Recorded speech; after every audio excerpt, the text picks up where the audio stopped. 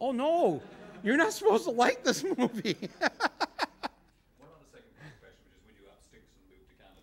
Oh no, I'm an American. My job is to stay there and try and fix things there. What I want to do is I want to get Americans to be more Canadian-like. I mean, don't you believe we would be a better country and the world would be a better place, a safer place, if we aspired to be more like Canada, right? If I could go on a mission in the United States, it would be look north. There are the answers. If we can be more like this, people won't be so freaked out about us being the only superpower. Yes. Michael, you get very nervous when you go up and confront people. I've read that you do suffer quite badly from nerves. How do you deal with that? You have like a little mountain you just have to yourself. How do you deal with it? Did you hear her question right there? How does Michael deal with his nervousness when he goes up? Talking to like those, like going to see Charlton Heston or something like that, yeah, or the militia guys. I am. If you knew me, I am very. I absolutely hate going in there. My stomach is on 1,000 knots. I am just. And when I'm in the bedroom, with, for instance, in this film with a guy, and I can see the bullet in the chamber, and he cocks the gun and he puts it to his head, and he's crazy, and he's just like whipping this gun around, and I'm just thinking, what am I doing in here? This is so. If you see the film again, look at me. Just from the, when you see, I'm like frozen. There's like no movement from me. I'm like, and my hands are just like this. I'm like ready to do something if I need to do it quickly, and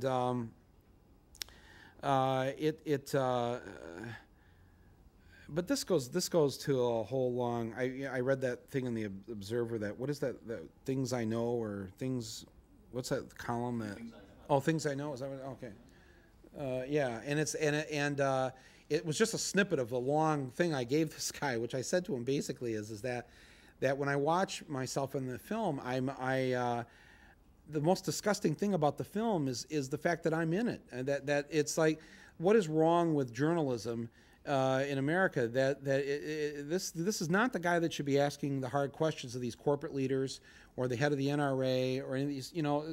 There are people with degrees in journalism. There are people who are paid to do this, who are much smarter than I am, and it's just if you were to come here from Mars and just see this is the guy, this guy in the ball cap with no education is this is something wrong about this. You know what I'm saying? It should be an embarrassment to the media to sit in a theater and say, well, why is he doing this? Well, because I get criticized in the American press about, making life miserable for these corporate PR people when I go in there and, why am I picking on them? Why am I bullying them? And I'm thinking, why aren't you doing your job? Because all I'm doing is, look, these PR people, they spend their days just answering softball questions from the media. So, how are sales? How are earnings this quarter? Right? That's the whole, right? That's the whole thing. And they never get asked the hard questions. And that's because most of those business media people are going to be PR people in about 3 years when they figure out they can make 5 times as much money in PR than they can being, a journalist. And how sad is that, right? John? Maybe falls over but nobody's ever killed. So I guess my question to you is which is the problem? I don't think violence in the movies is a contributing factor to the violence in the country. Otherwise, you and the Canadians and everybody else would have many more murders than you have. I just don't. I believe the problem is that media that presents itself as nonfiction, as reality, the news. It says to you every night at 11 o'clock or 6 o'clock or whatever, this is what happened today, when in fact that's not what happened today. These are the 6 stories that you've picked out to scare people, to sort of give them that jolt that we all love because as animals, the instinct in us, the fight or flight mechanism that's long been unnecessary, that we needed it 10,000 years ago because there were animals that ate us. But we're not scared by natural predators that much anymore, yet that instinct is still in us, and so we look for ways. That's why we love a good scary people love going to horror movies. It's that, the sort of, it's why we turn to look when we see a wreck on the highway, because we want the horror. We don't look, do look. Yeah, it's that sort of, whatever that is, we're trying to juice in ourselves. So I don't think I think the manipulation of news in the way that it uses, and it says to you this is the truth when it isn't the truth, is unnecessarily scaring people, and in America forcing them to buy more guns than they need. And you've got all these guns laying around. Does it desensitize them to the actual horror of, which you never see really the results, like even on the news, you just hear the fact that somebody's been shot, there's the quick footage of something, you never actually see the consequences after the event. Because that's obviously the most horrific thing about guns, is what they do rather than what they're about to do. Yeah, I've never felt that way. I've never. I don't know why that is. I don't. I mean, just taking that point, Yeah. doesn't the process, both the Hollywood process of clean killing, if you like, in movies, Yeah. and the way it's shown on news, is all part of a way of inuring Well- people from the reality of violence Yeah. and the consequences I- of taking a gun and actually Yeah. shooting someone.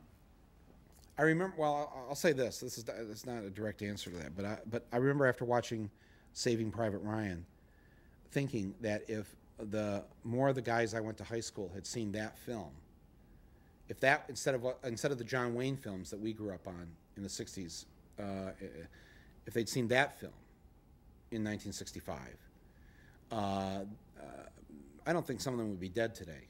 I don't think some of them would have been so eager to go off to war. Showing it in a more realistic way of what really happens. For you to suffer through what you see through the first 25 minutes of Saving Private Ryan,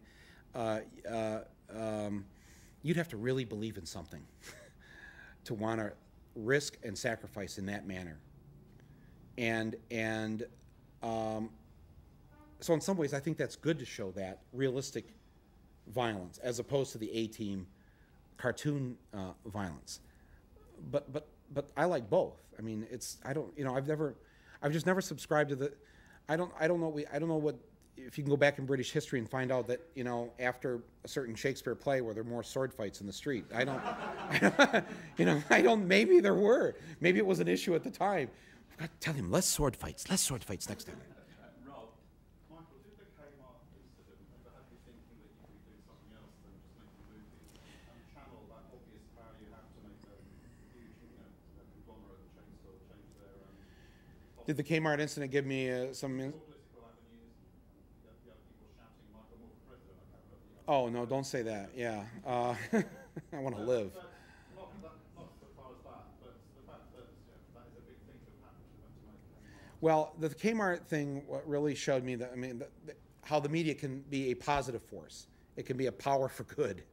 That lens, and even though that night on the nightly news, because I wanted to show how the nightly news began the night with the scary snake story, that there was a snake loose in Detroit, and a woman was bitten by a rattlesnake. Oh, and in other news, 2 kids shot at Columbine. It showed up in Detroit today.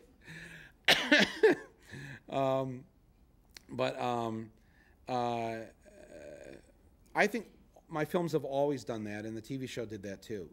After Roger and Me, General Motors was not able to close another factory in Flint for 3 years. It gave people time to pack up and get out or find something else before they start closing the factories again. After the big one, Phil Knight was forced to end child labor in his Nike shoe factories. 30 days after the film was released, he had to cry uncle because he was being so ridiculed in the press for what he said in the film about that, the way a 12-year-old or 14-year-old in Indonesia is different than a 14-year-old in America. And so they can go work in a factory. And my TV show, The Awful Truth, TV Nation, if you saw those shows, you know that we were able to get a lot of things done for people by going in there with that camera. It's a great weapon for justice. But humor, I think, also is an incredible force that is rarely used, especially by the left anymore, as a means to achieve the things that we'd like to see happen. There's this quote that I often use from Mark Twain. He said that against an assault of laughter, nothing can stand, and I love that. I love that line. yeah. There's a sequence in the film where you run through a montage of all the different dictatorships that the US has installed and all the different atrocities it's committed. I was surprised that you didn't include its funding and support for Israel and its support for a war criminal like Ariel Sharon. I was wondering why it was, and also would you consider making a film about that? It was a mistake, and yes, I would.